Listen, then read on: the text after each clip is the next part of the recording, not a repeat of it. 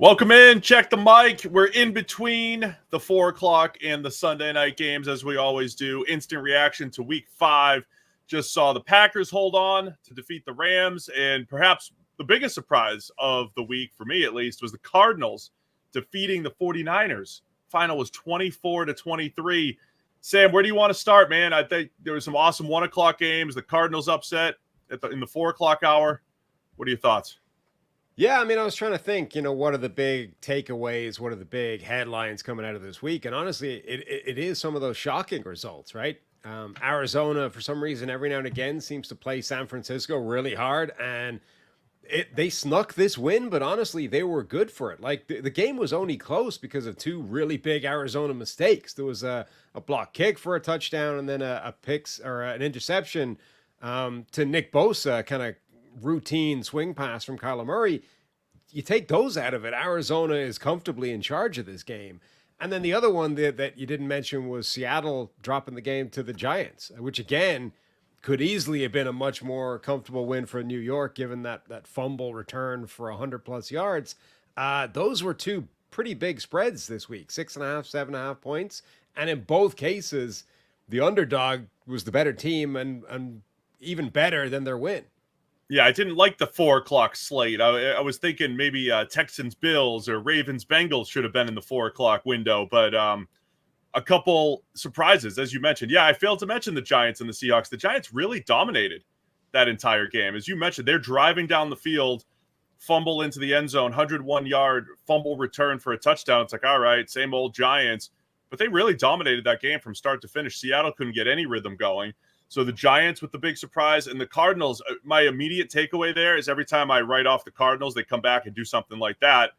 And I still don't believe in their defensive talent, but that makes me believe when and if Jonathan Gannon gets more talent on that side of the ball, that maybe the Cardinals are going to be a force in the NFC West. And man, the Niners are now 2-3. It's not panic time there because you're a game behind Seattle. You're going to play them Thursday night, but unexpected for the Niners. This was supposed to be that gimme game for them going into that Thursday night game against Seattle, battling for the division lead. I mean, honestly, that's another kind of overall big picture type of storyline. Okay, there's a few teams that it's not true for. Detroit have a good record. Kansas City is undefeated right now. There's a couple of teams still to play. But a lot of the contenders, a lot of the teams we expected to be some of the best teams in the NFL are struggling with terrible records right now. Cincinnati is a one-win football team who might be dead and buried at this point. The Baltimore Ravens narrowly escaped also being a 2-win team by getting that win. Who else has only got 2 wins? Jets. Couple of these other teams that we were expecting to be like legitimate contenders are not winning games right now. Let's talk about that Bengals game. Ravens 41, Bengals 38. Shootout in an overtime win for the Ravens. The Bengals were up 10, and the Ravens just kept clawing back. You get into overtime. The Ravens, both teams trying to lose this game. The Ravens hand the ball to the Bengals basically in field goal territory, in field goal range. Lamar Jackson technically fumbles, takes his eye off the ball. Bengals pick it up. They run the ball 3 times, settle for a 53-yard field goal, miss it. Ravens come back, first play from scrimmage. Derrick Henry puts them right inside the 10, walk-off field goal for the Ravens. It feels like the Ravens stole it, and the Bengals, I thought the Ravens were going to win this game, but as it's unfolding, the Bengals are like, "Hey, we're fighting for our season," and then they let it all slip away. They're 1-4, and the Ravens move to 3-2 now. Yeah, could have easily gone either way, obviously, by the fact that it went to overtime, by the fact that the Bengals did have a chance to win it, and the way they lost it was a bad hold. The ball got to the holder, he couldn't get the ball down properly. And actually, it was amazing that the kick was as close as it was, or as good as it was, given that the hold was completely off, and he had to pick it up right before the ball or the boot arrived. Anyway, that's why they end up missing.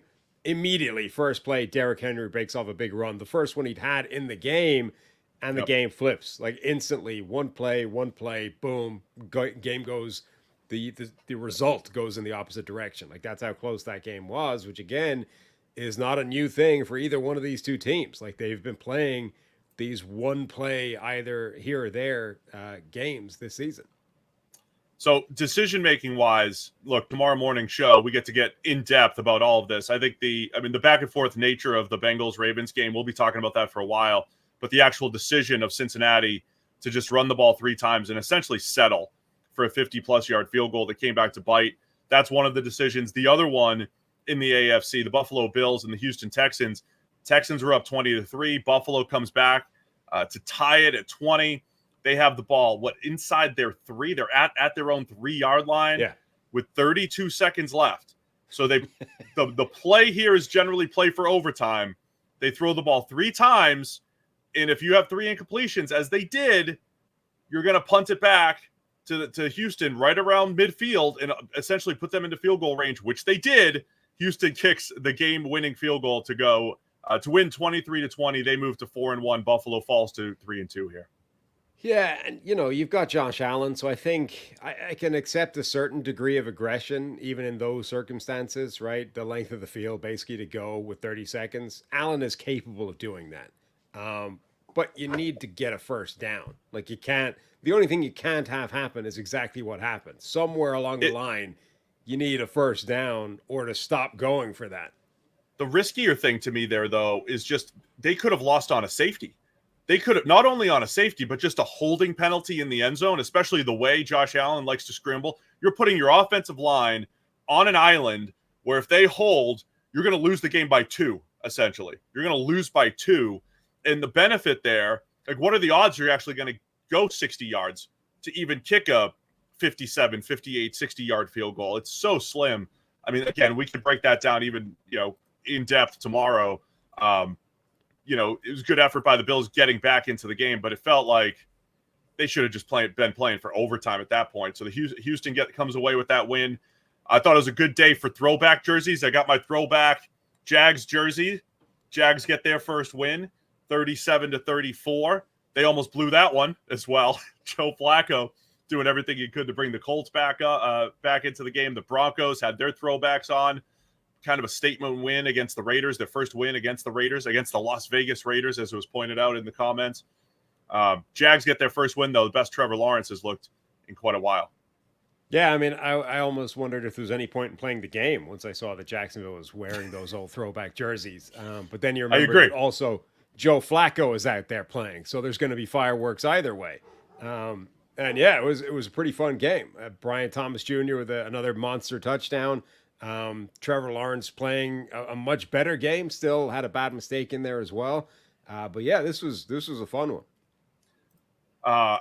Joe Flacco just getting they had 2 and 3 play drives where they just completely flipped the field to get back into that. Jags were, man, I mean, they still survived to get their first win, but almost a disastrous way to maybe get to 0-5 there. I wanted to give a shout out to the Broncos. They continue to impress. They fell behind early. Patrick Surtain with a 100-yard pick 6. And since that point, Denver really dominated the Raiders. Gardner Minshew got benched. Aiden O'Connell came in. A lot going on there, but Denver does look like a completely different team now these last few weeks. Yeah, and another game that this was all the Raiders right at the start. They got the early touchdown. They were about to go in for another one. And then again, 100-yard flip of the switch goes from the Raiders putting another touchdown on the board to actually, no, it's going to go 7 for Denver instead because Patrick Surtain is returning at 100 yards by a simple overthrow. Like Minshew just missed Brock Bowers, I think, again, over his head, and it's gone the other way. There were a bunch of those plays today, just massive swings of huge leverage plays. Every 4:00 game had some kind of defensive or special teams touchdown. We go back to hours and hours and hours ago in the London game. The Vikings moved to 5-0. I'm going to stop doubting the Vikings. I'm done. I'm done doubting the Vikings. 23-17 over the Jets. They almost let them back into it, but Aaron Rodgers with a pick 6 to Andrew Van Ginkel, his second pick 6 of the year. Minnesota's defense does it again, seal it with a Stephon Gilmore interception in the comeback attempt here by the Jets. Another same story for the Vikings. Like they've had a bunch of games now where they've absolutely dominated early, got out to huge leads, and then just let it be chipped away and sort of stalled and haven't been able to get it going again. And again, another game where Sam Darnold started to look a bit more like old version of Sam Darnold, made some mistakes that were more obvious, and I think he was punished more for them in this game. But it was a similar story. Like the Vikings, for their first half, second half splits this season must look insane based off the last few weeks. I thought this was the worst game that he played. I mean, he did come back. I mean, we've seen this story before from Darnold. Turnover-worthy play or interception that lets a team back in. That's what happened with the Jets. They were up 2 scores, interception, Jets take advantage, get within a score. Darnold came back, though. They came back and drove down. He made a couple big throws down the field to get up 6. Jets still had that opportunity for the game-winning drive, and they just missing a little bit. I mean, Aaron Rodgers averaging 4.5 yards per attempt. It's like they're missing a little juice. Feels like maybe they're calling for Devontae Adams tomorrow. You know, I don't know if it's full panic time for the Jets at 2-3, but, you know, they're only a game out of first place. But it feels like might be Devontae Adams time. Rodgers still getting hurt and limping around. It's a tough spot, this offense, the way they're moving the ball right now. Yeah, but I don't know. Like, I don't know how much Devontae Adams is fixing any of that. I mean, this was an example of Brian Flores' defense this season is just nasty. I mean, we expected him to do that maybe to young quarterbacks or to Shanahan offenses based off previous history. But this is a 17, 18-year veteran in Aaron Rodgers, and he got him with a couple of bad mistakes as well. That pick 6 to Van Ginkel, Rodgers thought he had that play, right? It's like hot route in behind the pressure, and Van Ginkel just drops right into it. And it's a great play by Van Ginkel. There aren't many linebackers that are going to make that, but that was a play Rodgers read at the line, thought he had, and Flores got him, right? And he's been doing that to everybody this season. Like, that Vikings defense is really good. We're about 12 minutes into the show, and I haven't even mentioned that my prize picks lineup did it again, Sam. Sam Darnold, less than his passing yard projection. Rome Odunze, more than his receiving yard projection. T. Higgins, more than his receiving yard projection. My second straight week with my prize picks lineup going 3 for 3. Last week, 4 for 4 if you include Caleb Williams. So I don't know. I might be ready to quit. I'm on a good streak, but we got to keep going. We got to keep going. But that was the Darnold less than, game flow wise, that worked out for me. But Odunze going more than I was expecting a big game. My other very specific prediction. I didn't hit all my picks, my game predictions this week, obviously, but I said Caleb Williams would have the best game of his career. I think we saw that this week against Carolina. The Bears win 36-10 in the game where Odunze went more than his receiving projection as well. Yeah, I mean, a great other storyline this week. Caleb Williams, by far the best game of his career, looked really good for the first time, I would say, this season. And then Jaden Daniels had a really good game as well. Like, bounced back. The first half, he was only completing 50% of his passes or whatever, but then it, settled back in, got a big run on a 4th down. That was an important play for them. Like, now you got 2 rookies at the top of this draft looking really good. Yeah, Jaden Daniels, man. When he scrambles, man, it does feel completely different from everyone else. I think he's got maybe the best acceleration in the pocket where he gets to top speed just quicker than everybody. That's what acceleration is. And he's breaking defensive angles, man. I mean, Daniels in a game where only completed 56% of his passes, not the usual 90% that he's been, averaging the last couple of weeks. But then he adds 82 yards on the ground. Key scrambles, key times when there's 5 and 6 rushers and he's just beating them to the spot. Jaden Daniels has a lot of answers already early in his career. And even in a game where Washington's offense had, an uneven start, to your point, they still end up scoring 34. And meanwhile, on the other side, Deshaun Watson was coming off of a good game. And this was another terrible game, sacked 7 times against this Washington defense. Against one of the worst defenses in the NFL. Like that, yeah. That's bad. I mean, look, whatever about stringing multiple good games together, but this is the defense that makes people look good, and he looked terrible again. And I see Kevin Stefanski, obviously he's now getting asked about this on a weekly basis, has already come out and said, we're not even thinking about benching our quarterback, not something we're looking at, we got to play better, I got to coach better, et cetera, et cetera. Like, at this point, it's hard to it's hard to see how you can't be evaluating that. Maybe you're not saying it publicly, but if that's not a conversation that's taken place behind closed doors, that's negligence, or it's interference from ownership who is mandating a bad course of action. Like, if that's the only other reason I can't bench Deshaun Watson is effectively the alternative there, that's its own indictment, right? Or like, if that's a reality, that's terrible. And if they're not even looking at it, that's terrible. Either way, it's bad.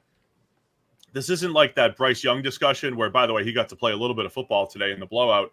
But it's not like that discussion where it's like, hey, maybe they'll sit him and, it'll do him some good, and we'll see him in 8 to 10 weeks. I mean, as soon as they pull the plug and they say you're done in Cleveland, he's going to be done, right? I mean, that's got to be it. They're going to be doing Russell Wilson like cap hits to move on from Deshaun Watson. But I mean, honestly, if at this point in their season, no matter, it doesn't matter. Like, he was fine throw for throw last week. There's still something missing in this offense, even in his best games. Yeah, they're letting him down on a play or two, but the offense isn't moving the ball. Too many negative plays, still no rhythm. If they want to save their season, it might be Jameis time, as Drake Holiday in the chat wants. Yeah, I mean, the offensive line has been terrible as well. Like, it isn't all Deshaun Watson, but at this point, there's no way you can confidently say that a change of quarterback would not spark something, right? You can argue it probably wouldn't. It wouldn't fix everything. It's not going to fix all the offensive line. It's not going to fit. Like, it's not a complete cure-all, right? But there's no way that you can confidently say with assurance that changing quarterback would not spark something and have a different output than what we're currently seeing with Deshaun Watson. Dolphins got the win over the Patriots 15-10. New England falls to 1-4. Dolphins get their first win post Tua right now with Tyler Huntley at quarterback. Controversial non-call, Jalen Polk in the end zone with your favorite, the toe heel move, right? Got the toe down, heel comes out of bounds, called incomplete on fourth down. Essentially the driver for the win for Miami. Yeah, I mean, it's not really controversial. By rule, it is incomplete. It's just a stupid rule. Like, in my opinion, it is the single most stupid rule in football. That if you're facing in one direction, a toe qualifies you for being in bounds. If you're facing in the opposite direction, it doesn't. That's just asinine and has no logical basis at all, right? If you can freeze frame, which we can now, and see that a toe is down, the other foot's down, therefore 2 feet are in bounds, nothing else is touching out of bounds, that should be a touchdown. The fact that his heel subsequently comes down out of bounds is completely irrelevant, because it is if you're facing forward. It doesn't matter. Like, it's the only scenario I can think of where the rule is literally different based off a completely arbitrary aspect of, like, what direction are you facing. That's just insane. But by rule, it's an incomplete pass, and it was the correct decision. Just want to get you a little fired up here on a Sunday night. John Jay in the chat says taunting is the worst rule. I would say some of the taunting is pretty bad the way it's implemented. But well, so there seemed to be a random spate this week of, like, were they taunting penalties? Technically, anything involving a gun gesture, but like Alan Lazard got a $15,000 penalty for finger guns. I don't know, the gun thing. I think that became a thing in college too. Well, there was a ridiculous one. The South Carolina guy had an absurd one. Yeah. But, like, there was a bunch. I saw multiple guys this week get flagged for what I'm pretty sure was, oh, look, that's a gun celebration. But there's a very fine line between, like, a gun celebration and pointing for a first down. At least on one of those penalties, possibly both of them, I think the guy was just signaling first down, and they're like, oh, penalty, that's a gun. That's it. I can't do that. I haven't caught him. Was it Darius Slay? Was he doing a first down point and they said they were guns? Slayton had one. I forget who the guy was right at it might have been Josh Downs right in the start of the 1 p.m.s. Got it as well. But, like, I think both of them, the guy was just gesturing first down. But you do that with two hands, it can look a lot like you're holding a rifle. And the NFL seems to randomly have decided to crack down on that. Yeah, as the chat's saying too, Jake Thornton, like the machine gun thing, that's pretty easy to notice. If we have to start interpreting finger guns or like the Seinfeld, the wink in the gun and the whole, if we start doing all that, we're in too much interpretation to the officials here. No. I see, that's the thing. I don't think we are, right? Because if you're saying it's too much interpretation, that's how you end up where we are today, right? Which is anything that could even remotely be construed pointing a gun is a flag, even if you're just pointing at a first down marker, right? You need to actually let interpretation be there because it's fairly obvious. There's a clear distinction between what the South Carolina guy did, which is like pumping a dude full of lead on the floor, and like pew, pew, pew, pew, comedy finger guns, right? That's a fairly distinctive difference that we can all... Jonathan Gannon's getting fined for telling Marquise Brown he's going to go pew, pew, shot plays. Exactly. He can't take shot plays. If we can't trust an official to differentiate between Jonathan Gannon and the machine gun and the floor celebration, then we might as well all just pack up and go home. I think the only game we didn't touch on was Green Bay 24, Rams 19. Packers move to 3-2 now. Rams fall to 1-4. I feel like every Matthew Stafford start involves a fourth quarter comeback opportunity. Last 2 weeks came up short. They pulled it off a few weeks ago against the Niners. Tucker Kraft making big-time plays for the Packers and essentially overcoming Jordan Love going full Will Levis in the end zone in this one with the falling down pick six walk-in. Yeah, it's funny how quickly that's become a Will Levis. Like Daniel Jones did almost the exact same things. You're in a preseason game, and it's only taken 5 weeks for that to be completely erased and it to become a Will Levis. Because Levis did it 2 straight weeks. Just one was a fumble and one was a pick. We used to call it, right? We used to call it a Schaub. We called it a Schaub, but nobody remembers Matt Schaub doing that in overtime back in 2013. We might remember. It's Will Levis's time. It's Will Levis's time. He's earned it. You never want to go full Will Levis, as Billy says. Jordan Love did it, though, on that play. And essentially, again, looking back, probably the reason why the Rams were even in that game at the end there. Yeah, I mean, they were, people were complaining that, you're never going to win a game if you're only scoring 13 points at the time, what they had. But, like, what the touchdown was that play. It's like they hadn't even got 13, really. It was, they got gifted 1 touchdown. All right, man. Great week 5. As always, this is just a little teaser, a little prelude to tomorrow morning. We go live 7 a.m. over on YouTube, right here on YouTube, really. If you guys haven't done it already, hit that subscribe button so you know you're with us every single time. 7 a.m. tomorrow, we'll be going game by game, all the week 5 action, including Sunday Night Football, the historic matchup between the Cowboys and the Steelers. I know some people in the chat wanted some predictions. Drop your predictions in there. Why not? Bohal wants the full 3 hours. We can't go full 3 hours. We have a hard out at 2 hours and 45 minutes tomorrow. So we got to keep it at 2:45. We pushed the envelope a couple weeks ago, but this should be easy tomorrow, Sam, right? There's 4 teams on bye, right? Games. Like this will be easy tomorrow to get through everything. So anything else on the way out here? Somebody was asking how my knees are, having crunched them by jumping over the couch. They're fine. They just don't sound good. I feel like Aaron. So there was a point, Cincy Y story, when we were playing hoops a couple of years ago. Remember when I was writhing in pain, thought I blew my shoulder out trying to like throw a basketball and say I don't know what, but then it went away. I was like, this is it. This is all. I never tore anything when I was pitching, but I just did at the Cincy Y, and within minutes I was like, I guess it's okay. I feel like watching Aaron Rodgers is like that right now. Like every time he goes down, he's like, this is it. This is the big one. It's going again. And then he kind of gets up and he shakes it out. It's like the hamstring and the knee and the leg. Everything's okay. But like every time, Rodgers is hitting that point of almost Alex Smith when he came back off the injury. Like I'm cringing waiting for this one to be the last hit for him. Well, you see, the thing is, humans age like cars do, right? Where all the rubber bits on them get old and cracked and knackered and just don't work as well, right? And when you're in your 20s, you say all the rubber bits are fine and everything's, everything's springy and rubbery and it bounces, it doesn't rip. And then when you reach 40, it's just the problem with people is you can't just swap out the perishables the way you can with a car, right? You can't just go and get new mounts and, joints and stuff. You're just screwed. Now your joints are just like bone on bone or cornflakes on cornflakes, and they make crunching sounds when you jump over things. That's just the reality of it. Yeah, so I was feeling for your knees, but yeah, that reminded me of Aaron and everything. And yeah, Nick C in the chat, as a former professional athlete, I can relate. I can relate to Aaron Rodgers being in his 40s, except I wasn't, I was 10 years retired by that time, just doing podcasts full time. But I am a former professional athlete, so I can relate. I'm allowed to say that type of stuff. Anyway.